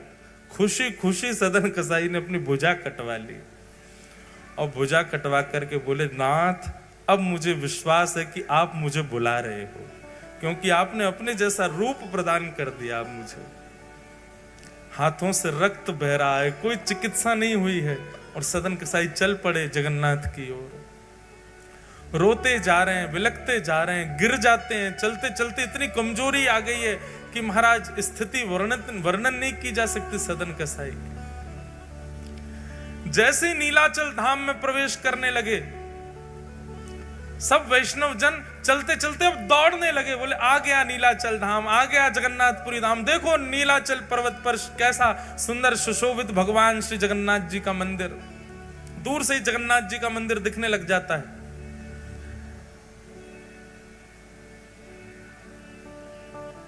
ब्रह्म वेदी पर खड़े श्री मंदिर में विराजमान श्री जगन्नाथ जी के नेत्रों में अश्रु आ गए, और ठाकुर जी अपनी ब्रह्म वेदी पर झूमने लगे। और झूमते झूमते पुजारियों ने जाके कहा जय जय, कहा बात है, आप इतने भावुक लग रहे हैं और ऐसे झूम रहे हैं, क्या बात है? बोले कि मेरा एक भक्त आया है, मुझसे मिलने के लिए आया, मेरे जैसा स्वरूप धारण करके आ रहा है, उससे मिलने की इच्छा में मैं बहुत प्रसन्न हो रहा हूं। तुम देरी मत करो, जल्दी पालकी लेकर के जाओ और पालकी ले जा करके उसको लेकर के आओ। अब पुजारियों को भी इतनी जल्दी मची कि ये पूछ के ही नहीं गए कि उसका नाम क्या है, उसका स्वरूप कैसा, पालकी लेके भाग गए। अब जहां से सब वैष्णव आ रहे थे वहां पालकी लेके खड़े हो गए। भैया जगन्नाथ जी ने पालकी भेजी है, जिस भक्त के लिए कोई भक्त आया है, वो जिस भक्त को जगन्नाथ जी ने बुलाया वो इस पर बैठ जाओ। वहां तो भीड़ लग गई पालकी पर चढ़ने वालों की। सब बोले हम सब आए हैं दर्शन करने। दूर खड़े सदन कसाई बोले ओहो भगवान ने पालकी भेजी, दिव्य कोई भक्त आया होगा आज, उसके लिए पालकी भेजी है ठाकुर जी ने स्वयं। और वहां तो पालकी पर चढ़ने वालों की भीड़, सब एक दूसरे को फेंके पीछे, हम चढ़ेंगे, हम ज्यादा बड़े भक्त हैं, हम इतनी दूर से चढ़ के आए। जगन्नाथ जी ने किसी ने कहा मुझे स्वप्न दिया था, किसी ने कहा मुझे ये किया था, सब में होड़ लगी चढ़ने की। पुजारी बोले रुको हम पूछ के तो आए कि वो भक्त का रूप स्वरूप कैसा है। दौड़ करके गए, जाके कहा बोले भगवान आपने कहा वो आपके जैसा है, पर है कैसा वो तो बताओ। ठाकुर जी बोले जैसे मेरी भुजा नहीं है उसकी भी भुजा नहीं होंगी, उसको लेके आओ। तब दौड़ करके गए, हाँ भैया तुम में से भुजा जिसकी नहीं है उसके लिए पालकी आई है।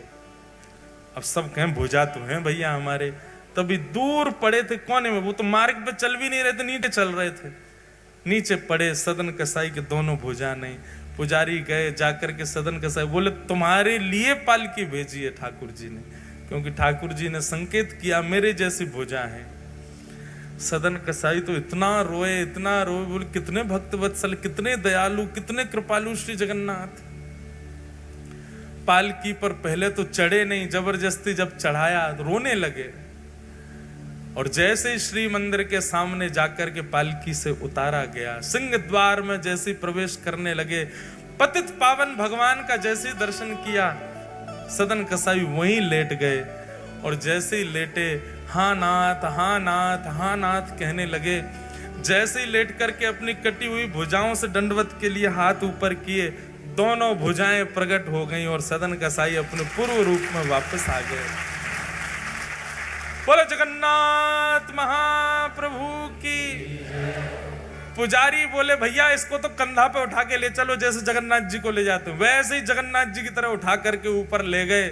और ले जा करके जैसे ही श्री मंदिर में प्रवेश किया, ठाकुर जी ब्रह्म वेदी पर खड़े खड़े सदन कसाई को देख करके झूमने लगे, आनंद में भर गए। और मानो पुजारियों से कहने लगे लेके आओ, मेरे हृदय से लगाओ। और श्री जगन्नाथ जी ने मानो उसको हृदय।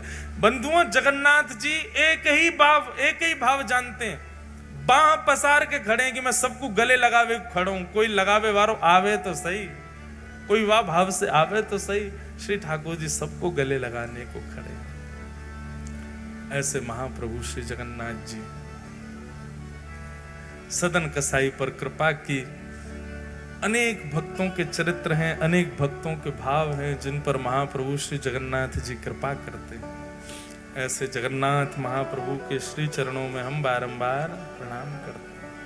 जगन्नाथ जगन्नाथ जगन्नाथ रक्षमा, महाबाहो महाबाहो महाबाहो पाहि मां। ऐसे महाप्रभु अनेक दिव्य लीलाएं हैं महाप्रभु जगन्नाथ जी की, सबको हम प्रणाम मात्र करते हैं। इन 4 दिवस के सत्संग सत्र में श्री जगन्नाथ जी के प्राकट्य की कथा और सब भावों को हमने सुना। विश्राम कथा का हो रहा हो और श्री गीत गोविंद ना गाया जाए तो काम नहीं बने। हमने 2 गीत गोविंद के अष्टपदियां कथा में गाई। एक तो श्रुत कमला कुछ मंडल और दूसरी गाई धीर समीरे यमुना तीरे बसती बने बनमाली। आप सब लोग ये दोनों स्तुतियां याद करो तो हम हिसार आएंगे। ये दूसरी वाली भी याद कर लेना। श्रुत कमला तो सबको याद ही है। ऐसे बंधुओं अष्टपदियां अनेक हैं जयदेव महाप्रभु की। अपने ठाकुर जी को 2 नियम आज से प्रारंभ कीजिए। सब लोग बहुत ध्यान से सुनो। रात्रि में ठाकुर जी को शयन कराते समय एक तो गीत गोविंद सुनाना है और दूसरा एक काम और करना है। श्री भक्तमाल जी के एक भक्त का चरित्र ठाकुर जी को सुनाना है। नित्य एक भक्त का चरित्र रात्रि सोते समय ठाकुर जी को जैसे मैया कहानी सुनाती है ना, ऐसे ठाकुर जी को भक्तमाल सुनाया करो। एक भक्त का चरित्र बहुत सरल भाषा में है, हिंदी पढ़ते जाओ, आपको भक्त के चरित्र के बारे में भी पता चलेगा, ठाकुर जी के लिए एक कहानी भी हो जाएगी। ठाकुर जी को बढ़िया चैन की नींद आती है। अपने लाल जी को प्रसन्न करने के जितने उपाय अपना सको सब अपनाओ, अपने ठाकुर जी को प्रसन्न रखो। और ठाकुर जी की प्रसन्नता इन भक्त चरित्रों में ही है। ठाकुर जी की प्रसन्नता इन भक्तों की महिमा में ही है। श्री जयदेव महाप्रभु के गीत गोविंद को गा करके आज के इस मंगल सत्र को हम विराम करते हैं। श्रित कमला कुच मंडल धृत कुंडल धृत कुंडल कलित ललित वनमाल जय जय देव हरे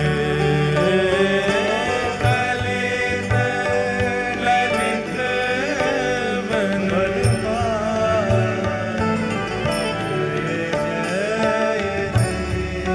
देखो ये बांटने का तरीका हम बताएं। एक अपने पास रखो, बाकी पीछे वाले को दे दो, वो एक अपने पास रखे, बाकी पीछे, ऐसे देते जाओ। सब में बढ़ जाए। एक हमको भी दो लाओ, कहाँ है? क्या लिखा है इसमें?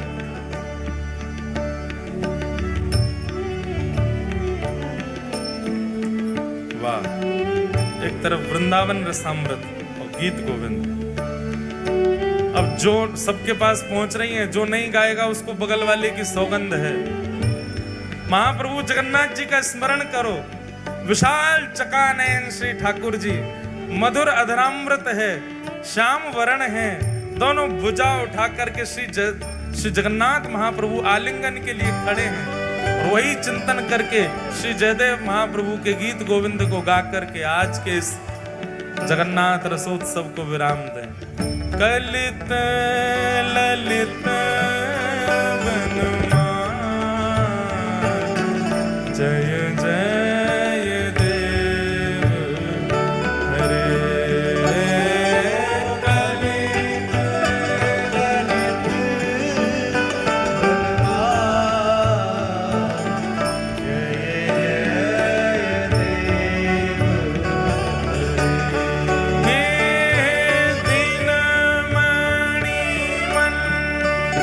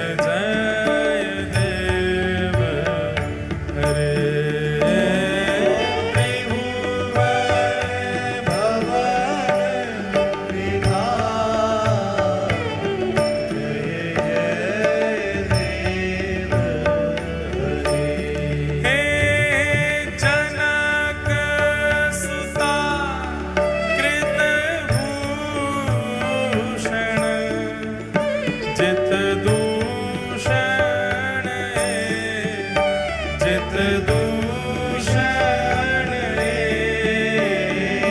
समरस मित दशकंठ जय जय देव हरे समरस मित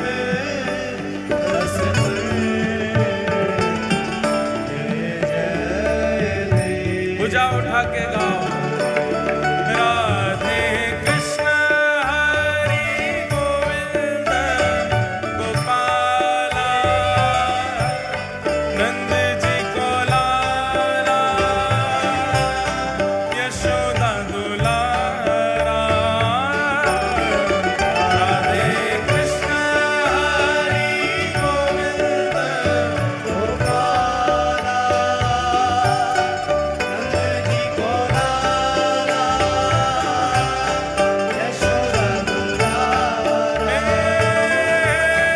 राधे कृष्ण हरि गोविंद गोपाला नंद जी को लाला यशोदा दुलारा राधे कृष्ण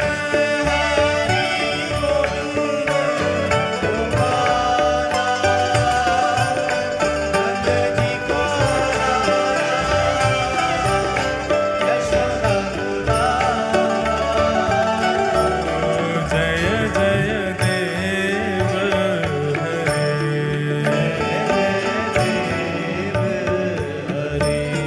जय जय देव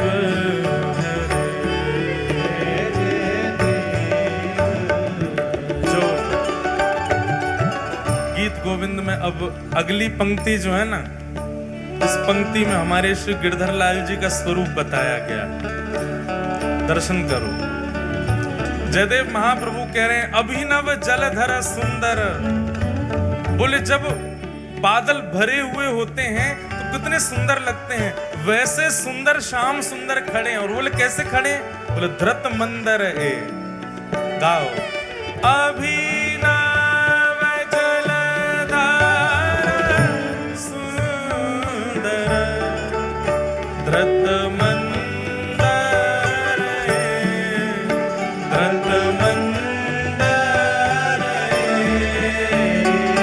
श्रीमुख चंद्र चकोर जय जय देव हरे। श्रीमुख चंद्र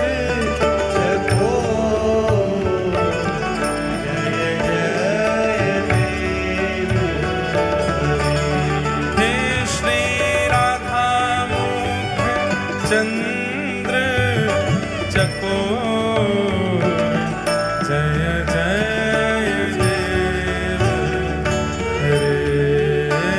श्री राधा मुख चंद्र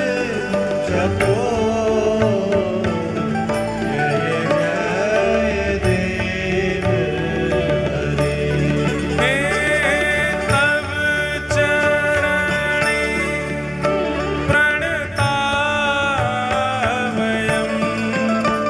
इति भावये,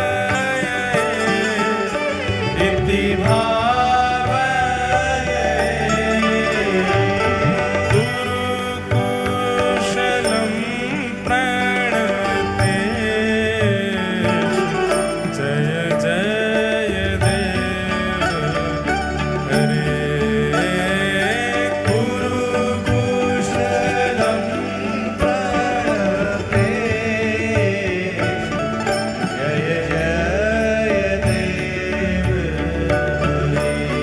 हे श्री जय देव कवेरुदितं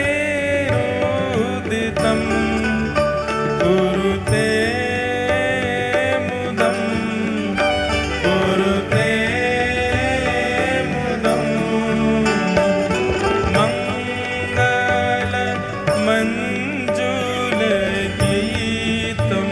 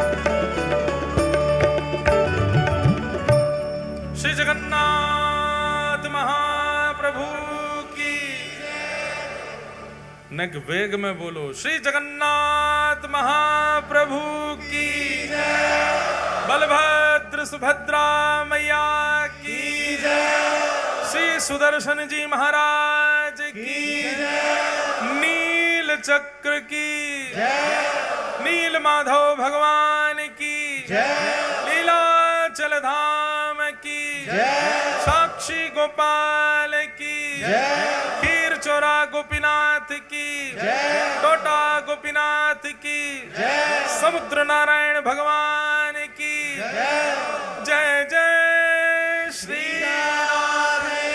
निताई गौर, निताई गौर, निताई गौर।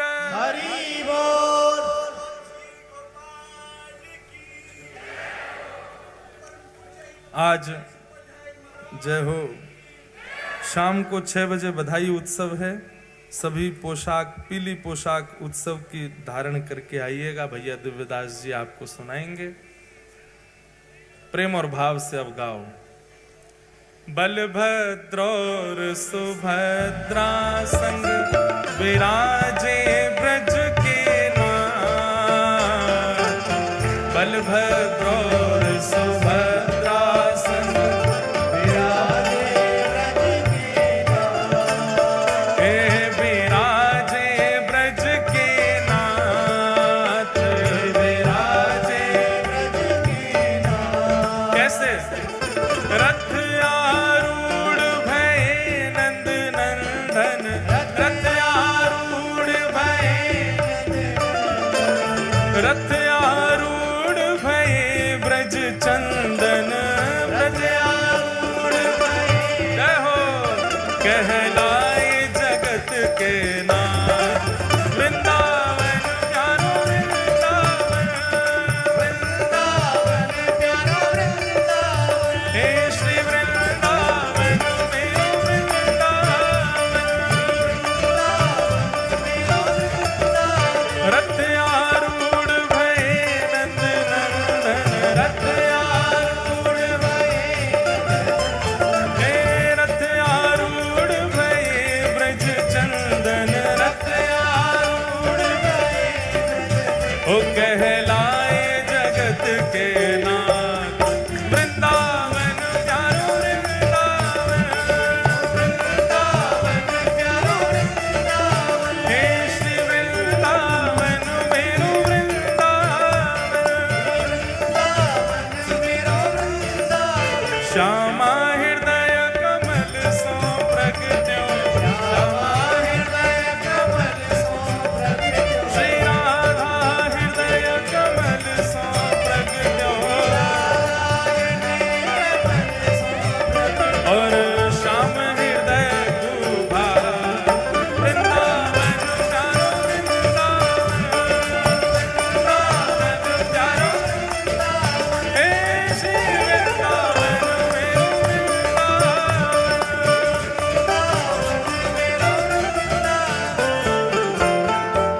सब सुख सागर रूप उजागर रहे वृंदावन धाम, सब सुख सागर रूप उजागर रहे वृंदावन। गाओ भाव से। ओ प्यारो रहे वृंदावन धाम, प्यारो रहे वृंदावन धाम, हे रूप गोस्वामी प्रकट कियो जहाँ, रूप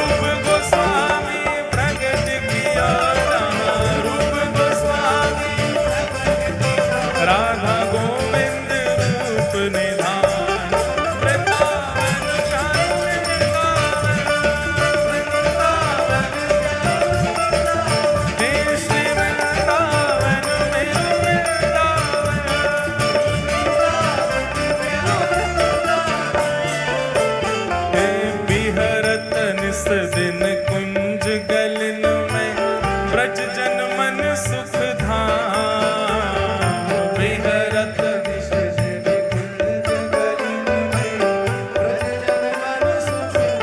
हाँ प्यारो ब्रज जन मन सुख धाम प्यारो हे मदन मोहन को रूप निरख के प्यारे मदन मोहन को रूप निरख के हे सनातन बलि बलिदान वृंदावन प्यारो वृंदावन प्यारो हे श्री वृंदावन मेरो वृंदावन मदन मोहन को रूप निरख के मदन मोहन को हे सनातन बलि बलिदान वृंदावन प्यारो वृंदावन हे श्री वृंदावन मेरो वृंदावन हे गोपी ग्वाल सब ही और धारे प्यारो गोपीनाथ गोपी ग्वाल सब ही हाँ प्यारो प्यारो गोपीनाथ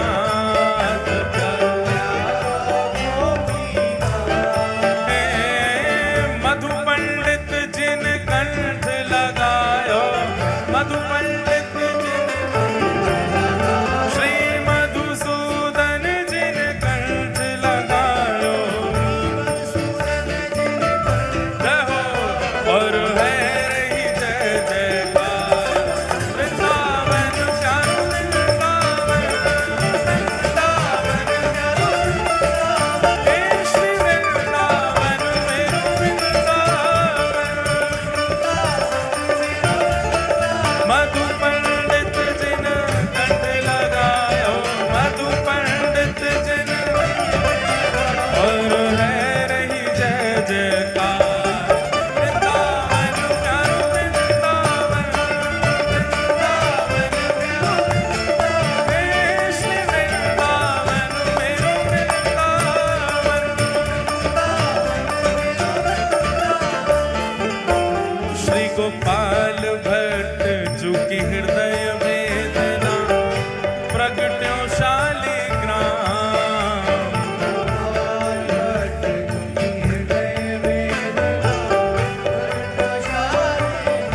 हाँ प्यारो प्रगट्यो शालिग्राम प्यारो हे प्यारो प्रगट्यो शालिग्राम प्यारो भुजा उठा के रूप सुधा को खान हमारो रूप सुधा को वृंदावन में सब ते न्यारो वृंदावन में सब हे रूप सुधा को खान हमारो रूप सुधा को हे प्यारो राधा रमण झूला वृंदावन प्यारो वृंदावन हे श्री वृंदावन मेरो वृंदावन रूप सुधा को खान हमारो हे प्यारो राधा रमण झूला वृंदावन प्यारो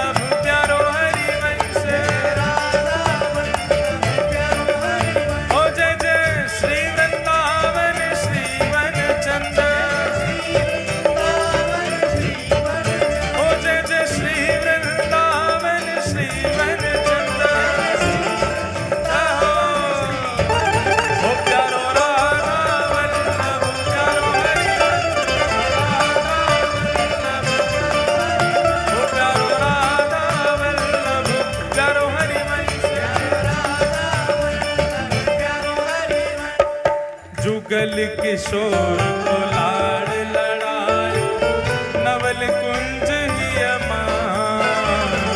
जुगल किशोर को लाड़ लड़ायो, नवल हाँ, प्यारो नवल कुंज ही अमान। प्यारो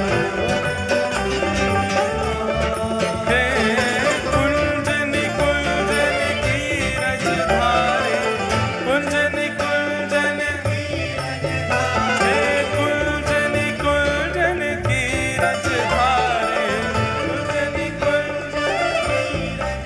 ओ हरि व्यास युगल यश गान। वृंदावन प्यारो वृंदावन, वृंदावन हे श्री वृंदावन मेरो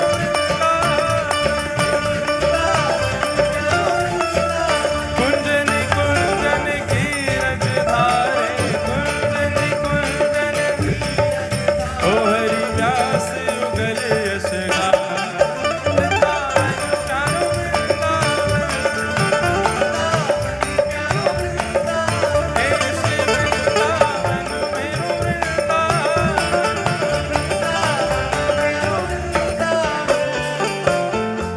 भुवन चतुर्दश की सुंदरता, निधिवन करत बिहार। चतुर्दश की सुंदरता, हाँ, प्यारो निधिवन करत बिहार। प्यारो हे प्यारो निधिवन करत बिहार। प्यारो भाव से गाओ। श्यामा प्यारी कुंज बिहारी, श्यामा प्यारी, श्यामा प्यारी कुंज बिहारी, श्यामा प्यारी। और जय जय श्री हरिदास। वृंदावन प्यारो वृंदावन, वृंदावन हे श्री वृंदावन मेरो वृंदावन। श्यामा प्यारी कुंज बिहारी, हे श्यामा प्यारी कुंज बिहारी, हे श्यामा प्यारी कुंज बिहारी, हे श्यामा प्यारी कुंज बिहारी, हे श्यामा प्यारी कुंज बिहारी, हाँ श्यामा प्यारी कुंज बिहारी, हे श्यामा प्यारी कुंज बिहारी, श्यामा प्यारी। और जय जय श्री हरिदास। वृंदावन मेरो वृंदावन, हे श्री वृंदावन प्यारो वृंदावन। हे जिनकी कृपा से यह रस प्रगटो, वृंदावन अभिराम। जिनकी कृपा से यह रस हे सप्त निधिन को ही उजियारो, हम सबको मिलवावे बारो। श्री जगन्नाथ को अति ही प्यारो, जगन्नाथ को। श्री निताई गौर को अति ही दुलारो, निताई गौर भुजा उठा के हमारो गिरधर लाल। वृंदावन प्यारो वृंदावन, वृंदावन हे श्री वृंदावन प्यारो वृंदावन। यह आनंद करवावे वारो, यह आनंद हे हमारो गिरधर लाल।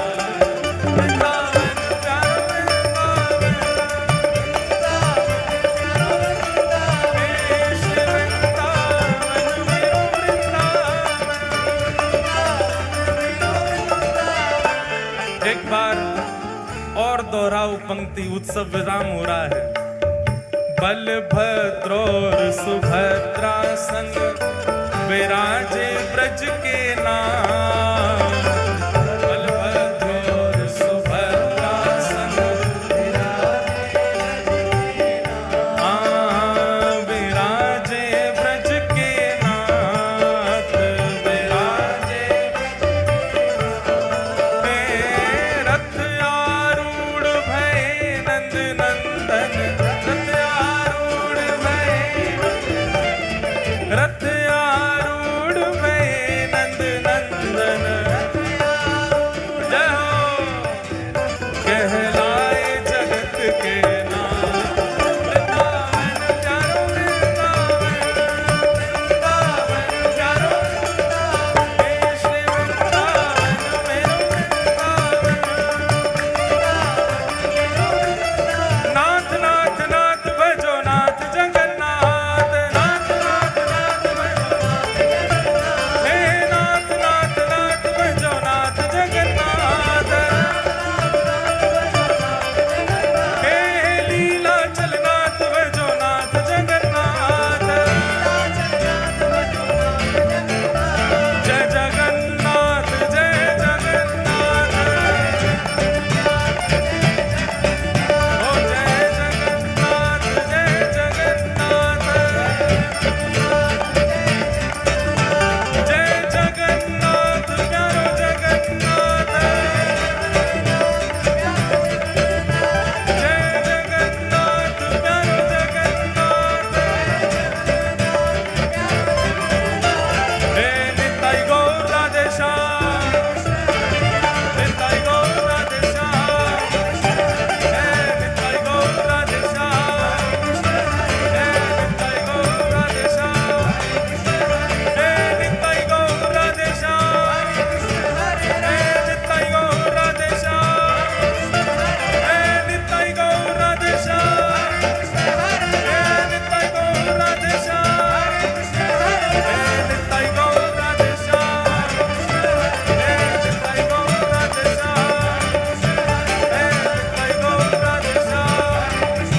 हे निताई गौर राधे श्याम। हे नाथ नाथ नाथ भजो नाथ जगन्नाथ। नाथ नाथ नाथ भजो हे दीनों के नाथ भजो नाथ जगन्नाथ। हे नाथ नाथ नाथ भजो नाथ जगन्नाथ।